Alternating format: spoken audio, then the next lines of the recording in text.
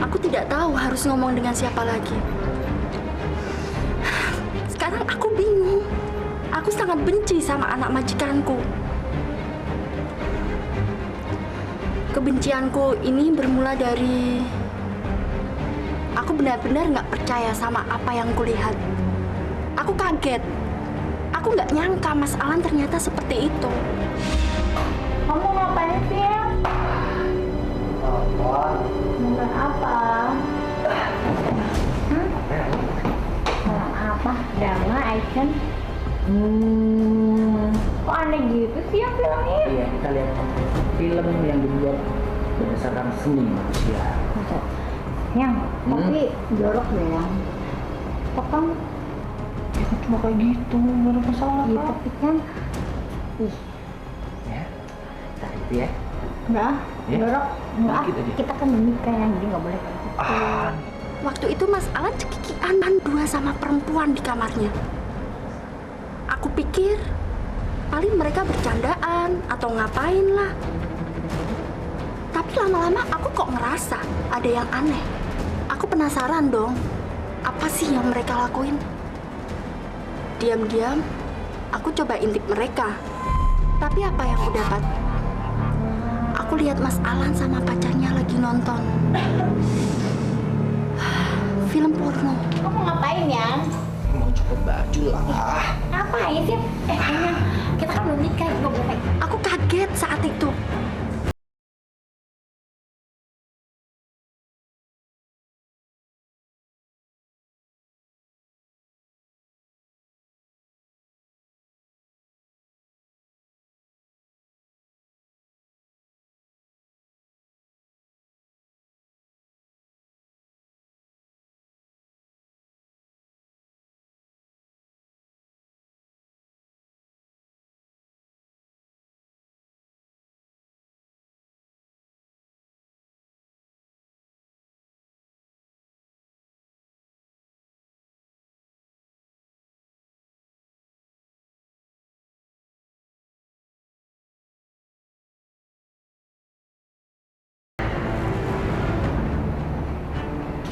Tadi lihat apa?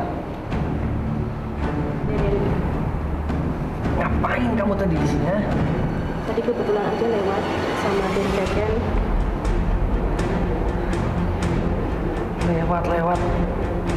Lewat yang di sini, lewat tuh di sono.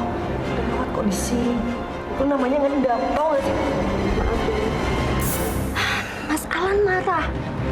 Dia minta penjelasan sama aku. Ya aku coba cari-cari alasan. Aku bilang aja kalau aku tuh nggak sengaja lewat situ dan ngelihat Mas Alan nonton film seperti itu. Tapi dia nggak percaya. Dia minta supaya aku jauh-jauh dari dia. Bukan cuma itu aja. Bahkan Mas Alan tega ngancam aku kalau sampai aku bilang sama orang tuanya, aku pasti bakalan nyesel. Awas lu ya. Lu jangan bilang sama papa sama mama. Ngerti nggak? Ngerti nggak? Ngerti Den. Enggak gitu sama papanya Den. Janji Den. Kalau lu masih mau kerja di sini, diem. Jangan bilang siapa-siapa. Udah. Nih, Enggak usah Den. bawa, lu ajakin si Ken beli makanan atau apa ya, tapi ingat, lu jangan bilang apa-apa sama mama. Kalau sekali lu bilang apa-apa sama mama, awas ya. Udah, so. Iya Den.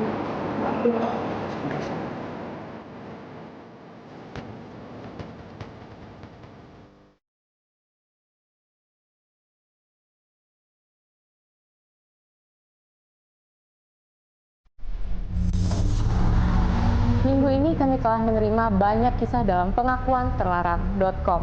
Dan pada episode kali ini kami akan mengangkat sebuah pengakuan dari seorang gadis yang bernama Anita. Kehidupan Anita mulai terusik manakala secara tidak sengaja ia menangkap basah kelakuan negatif majikannya. Bukan saja pekerjaannya yang kini terancam, tetapi dia juga dihadapkan pada sebuah pembalasan dendam yang akan dilakukan oleh majikannya. Seperti apakah kisah Anita? Kita akan ikuti penuturannya hanya di pengakuanterlarang.com. Anita. Aku kerja sebagai baby sister di keluarga ini. Aku punya tugas ngurusin anaknya majikanku. Aku terpaksa kerja begini karena aku nggak punya keahlian apa-apa selain mengasuh. Jujur aja, aku itu orangnya nggak bisa bohong. Aku nggak bisa nutup-nutupin apa yang jadi ganjalan dalam hati dan pikiranku. Sampai suatu hari, majikanku kebetulan lagi di rumah. Dan di situ dia nanyain kondisi anak-anaknya. Aku bingung harus bilang apa. Tapi kalau aku jujur, bisa-bisa Mas Alan marah besar. Jujur, aku ngerasa tertekan banget. Aku ngerasa waktu itu aku benar-benar terpojok. Apa masalah seperti itu harus dikasih tahu ke ibu? Kalau nanti ibu marah gimana? Mbak, Nyonya, sini bentar Mbak. Iya Nyonya, ada apa? Kendrick mana? Lagi belajar di kamar Nyonya. Udah makan? Udah, baru saja makan. Alan kemana ya? Tadi saya lihat ada di dalam, tapi sekarang saya nggak lihat lagi Nyonya. Nah, dia ngapain dia di dalam? Aku tahu, seharusnya aku nggak boleh bohong sama ibu. Aku coba bilang yang sejujurnya sama ibu. Dan ibu kaget. Saya nggak berani. Apa? Kenapa? Saya ingin bercerita soal Mas Alan. Alan ada apa? Ada apa? Saya sering lihat Mas Alan dia sama ceweknya di kamar. Lihat. Benar. Masa sih Pak Alan begitu? Nggak mungkin lah, kamu ngomong jangan sembarangan ya. Maaf, tapi yang saya lihat seperti itu Nyonya, Tuan. Mbak, kamu tuh kalau ngomong yang benar ya. Jangan asal ngomong aja yang main fitnah. Tapi Nyonya saya sering lihat. Jangan tapi loh, kamu tuh yang benar kalau ngomong. Kamu kan tahu anak saya. Ya kan Pak, anak kita kan anak bener-bener. Saya sering lihat Mas Alan seperti itu Nyonya. Awas ya kalau kamu fitnah ya. Kamu mau pecat?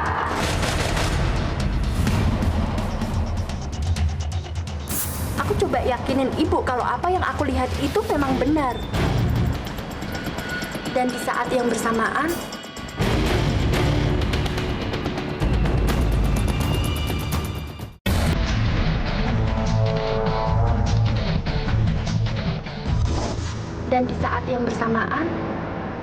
pembicaraanku itu ketangkep basah sama Mas Alan.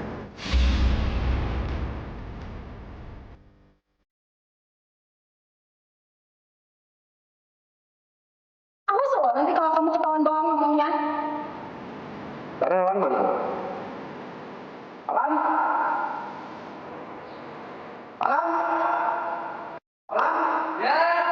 Ini kamu? Apa-apa? Di saat itu juga, ibu coba tanya ke dia. Ibu coba nanyain kebenaran hal itu. Tapi Mas Alan coba ngelak dan malah balik nuduh aku itu yang bohong. Dia malah nuduh aku tuh udah coba fitnah ke dia. Ya ampun, tega banget Mas Alan. Terus katanya Mbak, kamu suka bawa pacarmu ke rumah. Masuk ke kamar lagi. Kata siapa? Ngomong yang bener lo ya. Enak aja ngomong. Mbak, kamu ngomong yang bener dong. Mbak, kamu masih ingin kerja di sini? Pasti Tuan. Kalau kamu masih ingin kerja di sini, jangan buat masalah. Iya maaf Tuan, tapi saya. Kamu jangan buat fitnah. Iya Tuan, maaf. Saat itu aku ngerasa badanku gemetaran. Aku emang ngerasa benar. Tapi kalau situasinya begini, aku pasti bakal disalahin kan? Dan ternyata itu benar. Ibu marah dan percaya semua omongan Mas Alan. Emang teman Alan tuh sering kesini, tapi cuma di ruang tamu aja, Pak. Enak aja tuh dia ngomong, lu tuh cuma babu ya di sini ya. Mbak, kalau kamu ngomong yang bener dong, jangan fitnah begitu. Hah? Saya kan tahu anak saya. Mentang-mentang kamu diserahin semua di rumah, kamu fitnah begitu gimana sih? Yang penting Alan harus bisa buktikan membuktikan omongan Simba tidak benar. Iya Pak, Alan tahu. Tapi itu dia yang nyari gara-gara lah Pak. Oke lah, Bapak percaya sama Ya sudahlah. Udah sana masuk Pak. Besok lagi kalau ngomong hati-hati ya. Semenjak kejadian itu, aku lebih memilih buat diam. Aku lebih berhati-hati kalau bicara ataupun bersikap. Aku cuma nggak mau aja kalau aku nantinya dipecat cuma karena hal sepele seperti itu. Tapi kenyataannya pasti ada aja masalah yang datang ke aku. Waktu itu aku mau nganter minum buat Mas Alan. Aku pengen baikan lagi aja sama dia. Tapi apa yang kulihat, waktu aku buka sedikit pintu kamarnya, aku lihat Mas Alan.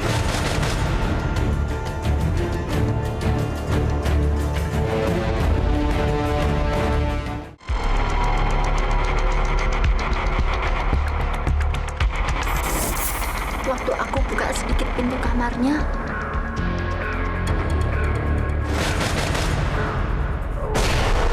aku lihat Mas Alan lagi sama pacarnya. Saking kagetnya, minuman yang aku bawa tuh sampai jatuh. Pikiranku kacau banget waktu itu.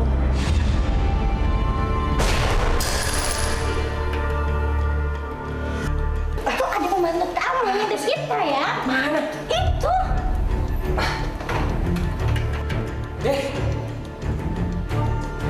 Lu ngapain di sini ya? Saya mau mengantar minuman ke sini tapi Mas Alan marah. Dia minta penjelasan sama aku. Ya aku coba cari-cari alasan. Mana aja nih yang tadi ngintipin kita ya. Ngapain kamu ngidip-ngidip? Hah? tadi saya nyari aja di luar, nggak ada mau nganterin minuman yang ada. Bohong dia. Di sono, ngapain di sini? Dia ngotot kalau aku tuh coba ngawasin dia. Aku coba bersumpah sama dia kalau aku tuh benar-benar nggak sengaja. Aku coba yakinin Mas Alan. Tapi pacarnya malah manas-manasin Mas Alan. Campur aja dia yang. Aden kan belum menikah, kasihan orang tua Aden. Ngajar-ngajarin segala. Udah pecat aja dia. Daripada dia lapar sama nyokap lu macam-macam gitu ya. Jangan Den, jangan dipecat Den. Saya nggak bakal ngomong sama orang tua Aden. Sok ngeles lagi. Lihat deh. Gara-gara omongan cewek itu, Mas Alan tambah emosi. Dia minta supaya aku jauh-jauh dari dia. Bukan cuma itu aja. Bahkan Mas Alan tega ngancam aku kalau sampai aku bilang sama orang tuanya, aku pasti bakalan nyesel. Ingat ya, jangan bilang siapa-siapa. Denger nggak? Bener Den. Ya udah, sono pergi.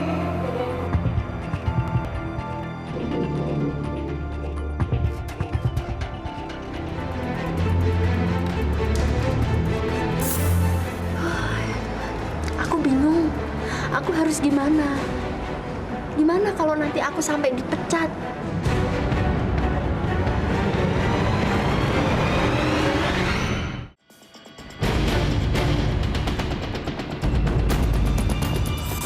Penderitaanku tidak sampai di situ. Suatu hari, aku baru aja pulang dari beli obat. Waktu itu aku sendirian.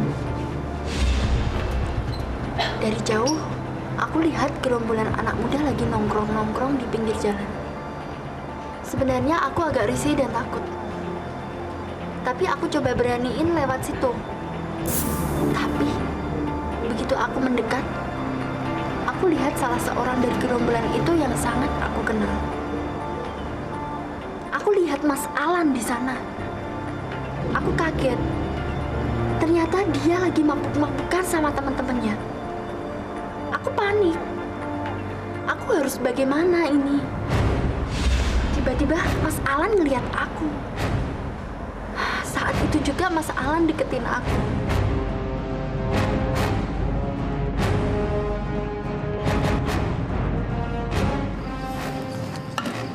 Udah mulai kembung gua.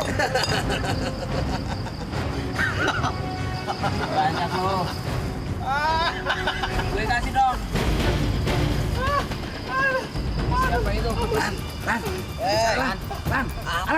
Itu cewek. Cewek Itu ada cewek, Lan. gimana Siapa? Gua.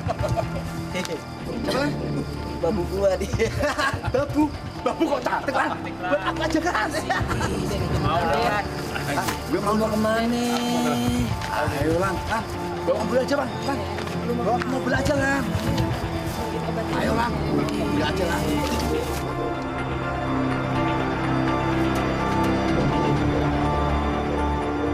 Sama teman-temannya dia tarik aku masuk ke dalam mobil. Aku takut.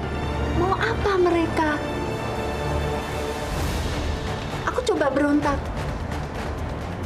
Tapi kekuatan mereka jauh-jauh lebih besar. Aku cuma bisa nangis.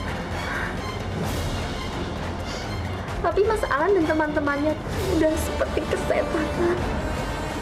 Mereka pegang-pegang aku. Aku teriak sebisaku, tapi percuma aja. Siapa yang mau dengerin aku? Ayo Lan.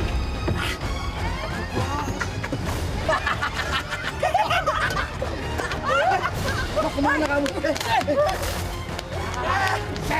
Lari dia. Lari tuh. Lu kenapa gak lu kejar semua? Udah selalu kejar.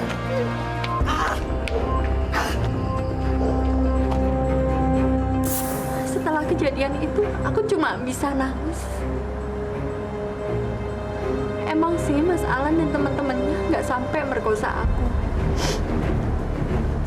Aku tuh merasa hidupku kayak hancur. Tapi kenyataannya semua kejadian itu nggak berhenti di situ aja. Suatu malam, ada seseorang masuk ke kamarku. Kupikir dia maling. Tapi ternyata dia Mas Alan. Mau apa dia? Dia benar-benar ketakutan.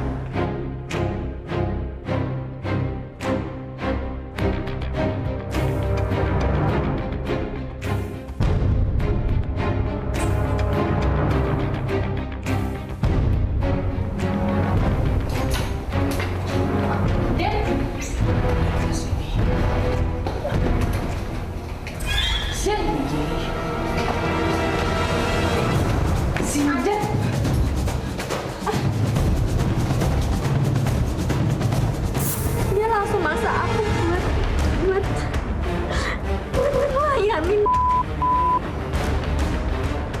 Ini gila.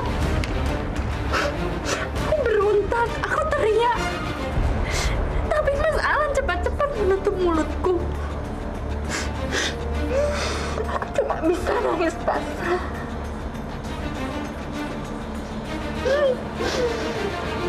Aku salah apa sama dia? Kenapa Mas Alan tega ngelakuin hal ini sama aku?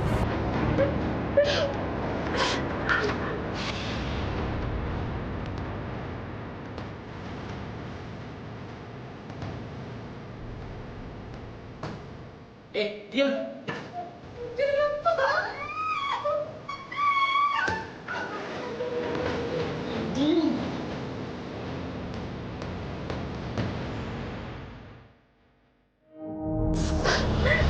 Tapi aku nggak bisa melakukan apa-apa. Kenapa hidupku begini?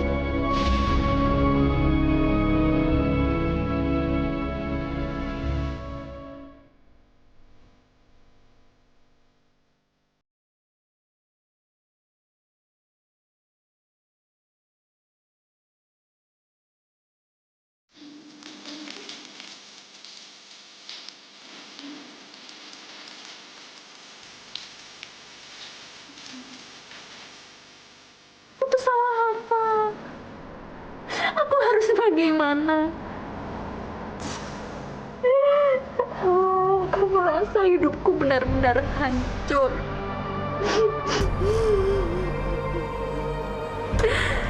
Apakah aku harus keluar dari pekerjaanku ini?